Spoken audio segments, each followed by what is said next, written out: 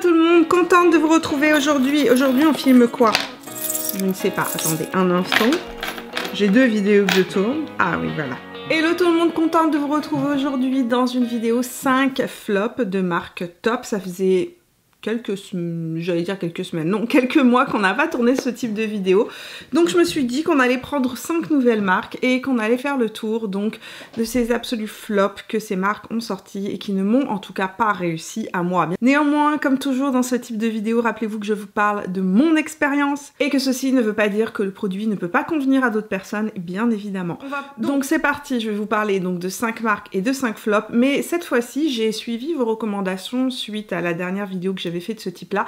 Je vais aussi vous présenter mes 5 tops dans cette marque là. Donc je vais vous parler du pire et du meilleur de ces 5 marques qui sont des marques assez connues, des marques que j'apprécie, des marques dont je vous parle assez souvent sur ma chaîne. Si vous aimez ce type de vidéo, n'oubliez pas de me laisser un petit pouce, de venir me rejoindre sur Instagram et sur Facebook si ça n'est pas encore fait. Et bien évidemment, vous pouvez vous abonner en cliquant sur le bouton rouge juste en dessous. Je sors 2 vidéos beauté chaque semaine, le mercredi et le vendredi. On commence immédiatement avec la première marque, et la première marque dont je vous parle, c'est Colourpop. Colourpop est une marque que j'adore depuis de nombreuses années et dont j'achète très souvent les produits.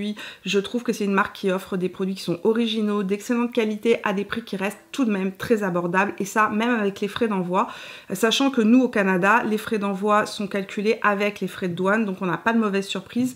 Et c'est pareil pour la France, parce que c'est une question qui revient assez souvent. En France, les frais d'envoi sont inclus aussi au moment où vous payez la totalité de votre facture sur le site internet de Colourpop, donc vous n'aurez pas de mauvaise surprise. Par contre, pour les autres pays, je ne sais pas exactement comment ça se passe. Colourpop est une marque que j'achète depuis de nombreuses années. Il y a quelques années, j'adorais ce qu'ils faisaient. Je trouvais que c'était extrêmement original, et je trouve qu'avec le temps, même si il y a encore beaucoup de produits que j'adore et que je continue à acheter leurs produits, je trouve que la marque a un petit peu perdu de sa magie depuis quelques années, ce qui est un petit peu dommage.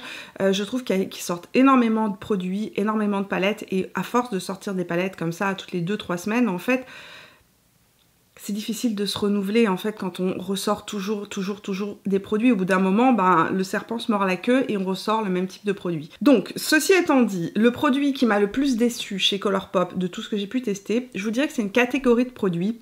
Et ce sont les Ultra Matte Lipstick, donc en fait les rouges à lèvres longue tenue de chez Colourpop, qui pour le coup très souvent me déçoivent parce qu'ils sont trop desséchants et que surtout ils vieillissent mal. C'est-à-dire qu'ils ont tendance à partir en faisant des espèces de petits bouts de rouge à lèvres. Ça fait une espèce de pellicule sur la lèvre qui se retire en faisant des morceaux, et donc après on se retrouve avec des trous.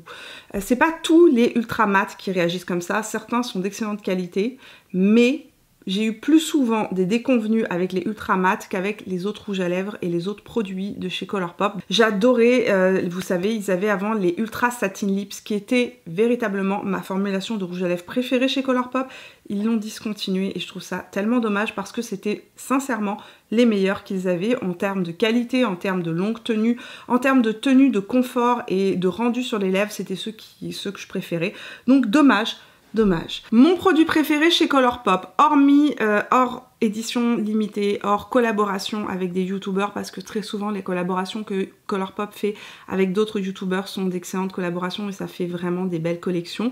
Donc je sors ces collaborations là. Dans les produits que fait régulièrement Colourpop, qui sont en fait des produits mythiques, je vous dirais que c'est les Super Shock Chic illuminateur, donc dans les Super Shock Shadow, mais en version illuminateur.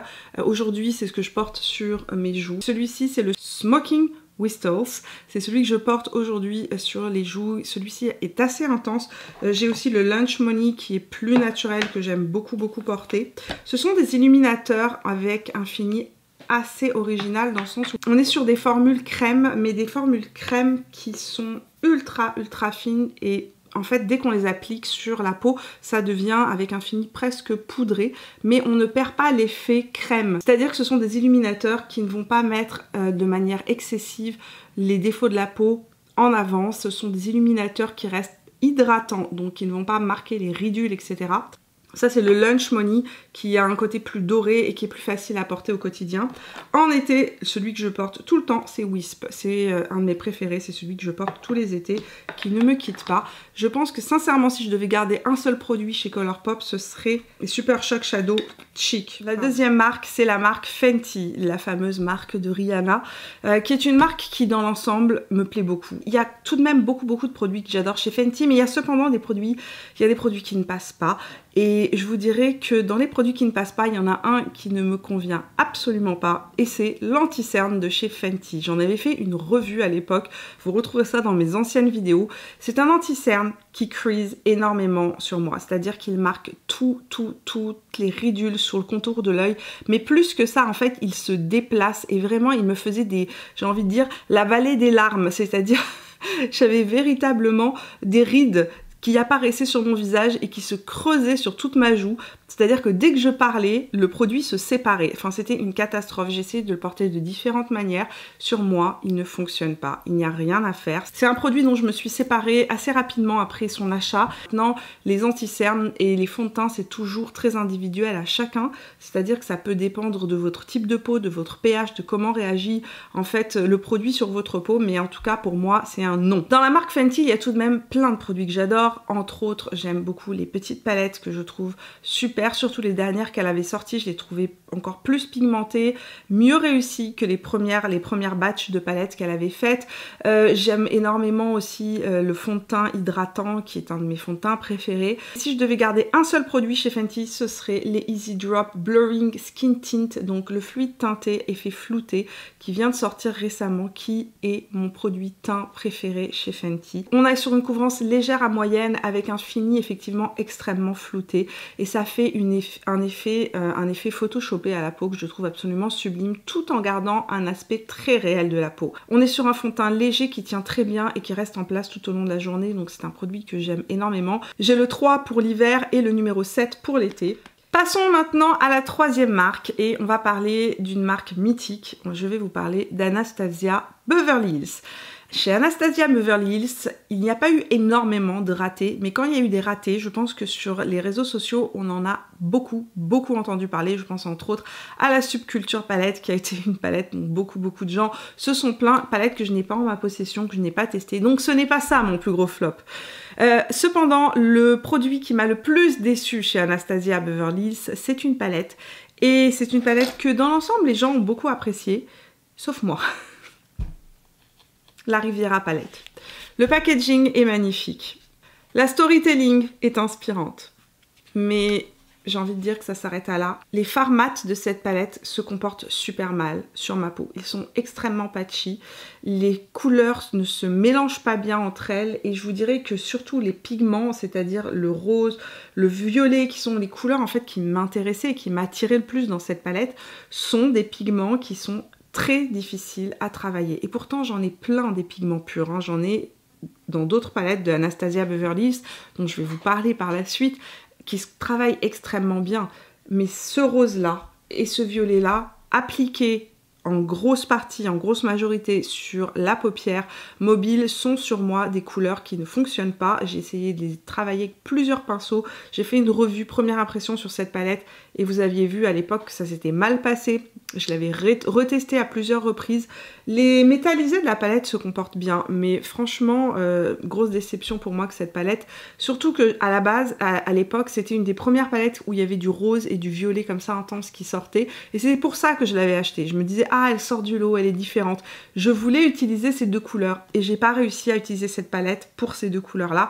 Donc pour moi, c'était une palette qui était un non. C'est une palette que je n'aime pas particulièrement utiliser, mis à part, comme je vous ai dit, les métallisés que j'utilise encore parce que ce sont des bons métallisés, mais les fards mat de la palette sont pas du tout mes préférés. Et justement, on parle de rose et de violet, et ma palette de rose et de violet préférée est aussi chez Anastasia Beverly Hills. Je vous parle de la palette ABH Norvina volume 4, qui, elle, pour le coup, a plein de violets et plein de roses, et qui est une palette ultra facile à utiliser, qui est une de mes palettes préférées tout court, en fait. Une palette que j'utilise très très souvent. Aujourd'hui, une partie de mon maquillage, d'ailleurs, est réalisée avec cette palette-ci.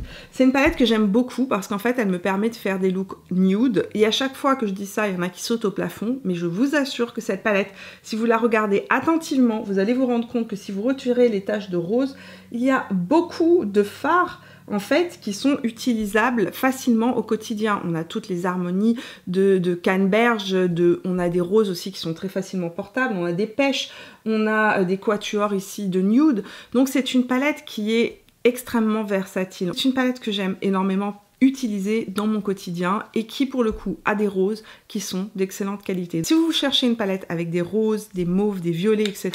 mais que vous voulez une bonne qualité de pigment, je vous conseille plus de vous tourner vers la Norvina collection, c'est la palette Pro Pigment Palette volume 4 de chez Anastasia Beverly Hills plutôt que vers la Riviera Palette, dont les fards mat ne sont pas à la hauteur de ce que je retrouve dans les autres palettes de chez Anastasia Beverly Hills. Pour cette quatrième marque, on va parler d'une marque que j'aime énormément, une marque dont je vous parle très souvent des collections et des produits, Urban Decay. Urban Decay est une marque à laquelle je suis extrêmement attachée parce que c'est une des premières marques qui a sorti des palettes, parce que c'est une des premières marques qui mettait en avant en fait les côtés un peu plus glam rock sur l'avant de la scène, make-up, etc. Donc c'est une marque que j'ai toujours appréciée. Dans l'ensemble chez Urban Decay, je suis rarement déçue, mais quand je suis déçue, je peux vous dire qu'un de mes plus gros flops maquillage que j'ai pu tester depuis quelques années, c'était chez Urban Decay et c'était l'anti-cerne All Nighter. Est-ce qu'il existe encore cet anti-cerne? Je ne sais même pas. Je crois qu'ils ont retiré cet anti-cerne parce qu'en fait, sincèrement, c'était la pire des choses que j'ai pu tester de cette année-là. Je ne sais plus en quelle année, je ne sais plus si c'était il y a 2 ans ou il y a 3 ans que j'avais testé cet anti-cerne, mais c'était véritablement le pire du pire du pire. D'ailleurs, je le retrouve plus chez Sephora, donc j'imagine que la marque l'a retiré. Et je sais qu'à l'époque, j'avais pas été la seule à être déçue, j'avais pas été la seule à le trouver extrêmement... En fait, ce qui n'allait pas, la couvrance était bonne, la tenue était excellente, mais alors ce qui n'allait pas, comme je vous ai dit, c'était qu'il oxydait, mais c'était incroyable. Pourtant, chez Urban Decay, j'adore le Stay Naked, le correcteur, l'anti-cerne Stay Naked, qui est un de mes correcteurs et un de mes anti-cernes préférés. Il est ultra fin, il ne se voit pas sur la peau, il reste en place toute la journée, il ne crease pas, il ne marque pas. Mais le All Nighter, c'était une cata. Si vous l'aviez testé d'ailleurs, cet anti-cerne, n'hésitez pas à me le dire dans les commentaires, si vous avez pu tester le All Nighter. Qu'est-ce que vous en avez pensé ? Est-ce que c'était un anti-cerne qui vous aussi ne vous convenait pas, ou est-ce que je suis la seule dans cette communauté à avoir eu une sacrée déconvenue avec? Puisqu'on parle du pire chez Urban Decay, il faut aussi que je souligne le meilleur. Et il y a plein de produits que j'adore chez Urban Decay. Et sincèrement, depuis ce matin que j'ai décidé de tourner cette vidéo, je me pose la question et j'ai envie de dire que mon cœur balance entre plein de produits. Un de mes produits préférés chez Urban Decay, c'est le spray fixateur. Parce que c'est un spray fixateur qui prolonge pour de vrai la tenue de votre maquillage. Que ce soit le Ultra Glow, que ce soit le Ultra Matte ou que ce soit le régulier, j'aime les trois, je les trouve tous les trois super efficaces. Le Ultra Matte est parfait si vous avez la peau grasse ou si vous vivez dans un environnement extrêmement chaud ou très humide. Il va véritablement aider vos produits à tenir sur votre peau. Chez Urban Decay, je suis aussi extrêmement fan du Stay Naked. Donc c'est un fond de teint extrêmement léger, d'une finesse assez incroyable. C'est mon fond de teint effet bonne mine qui ne se voit pas sur la peau tout en ayant vraiment une couvrance moyenne à totale.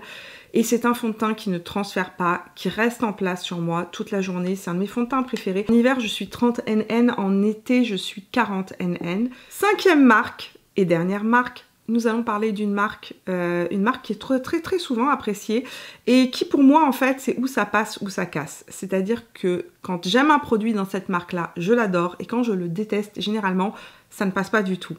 On parle maintenant de la marque Tarte Cosmétiques. Chez Tarte Cosmétiques, depuis 4 ans que j'ai cette chaîne, j'ai essayé énormément de produits. À l'époque où la marque n'était pas vendue chez Sephora ici au Canada, j'achetais en ligne sur le site internet de Tarte déjà et j'étais déjà fan de la marque. Je trouve aussi que c'est une marque qui a eu une période de flottement, j'ai envie de dire, ces quelques dernières années.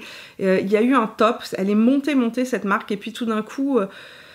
je sais pas, les produits se sont essoufflés, c'était toujours les mêmes choses qu'on revoyait, c'était extrêmement fait en fantaisie avec plein de strass, etc. Au niveau des palettes, donc j'étais moins attirée vers Tarte. Et j'ai pas trouvé ces dernières années chez Tarte beaucoup de produits qui m'ont énormément plu. Cependant, il y a une gamme qui est sortie l'année dernière que j'aime énormément, on va en parler après. Maintenant, on va parler des flops. Et chez Tarte, j'ai envie de dire que mes flops sont de manière générale les fonds de teint.